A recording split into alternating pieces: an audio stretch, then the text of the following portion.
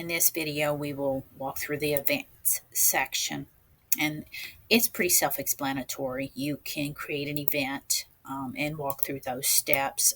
Filter, if you've created filters, recurring yes or no. If it's yes, it gives you some more options of when you want it to occur, when you want it to end. If it's an all day event, it will take the times off of it. If not, then you can put a start and end time. If you have an address, you can enter it here, and it'll give you options of locating that. If you pull it into your Google Calendar, then you can look at Google Maps because it has an address, and then you can give it event detail. And as you can see, I have several here, and see, like here, I put some information. Now, mine is being synced with Google Calendar, and I'm going to show you that. I have already an APSB events calendar, and that's where we keep all our information.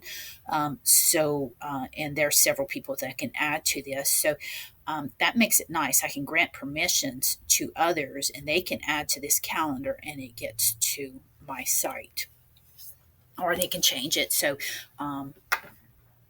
that's a very nice feature. Now, there are some steps to do that. You first have to make sure when you're logging in, you've already established a Google Sync, and then once that's done, I have to make sure you are granted full permissions to do that. And then from there, it's so easy. You go to the page, sync calendars, and then you walk through a couple of granting permissions, and it's done. So when I come here and make a change, I don't have to change it here or on my site.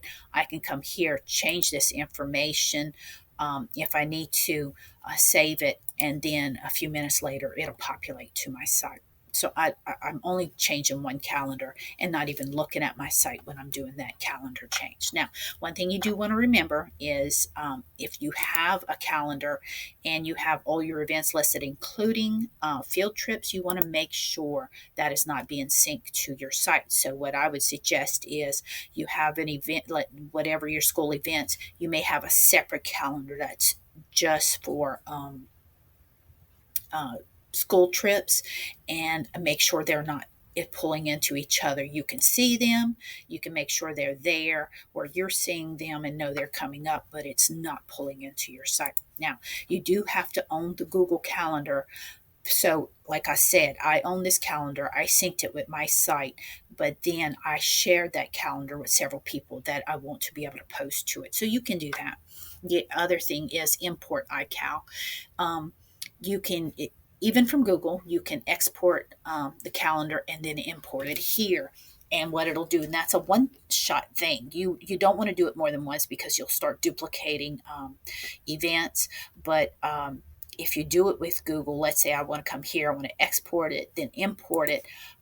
Any changes I make to my Google Calendar from that point will not sync with this. That's a one shot deal. So I did that with several of the schools' calendar that had no events. They were just using a PDF. I took my APSB events, I exported them and imported it straight to their school. And I'll probably do that every year if they don't post events. That gives their users just a good feel of what's happening. The 6 weeks end, there's holidays, and that's it. It's very cut and dry. It's not specific to a school, just the district.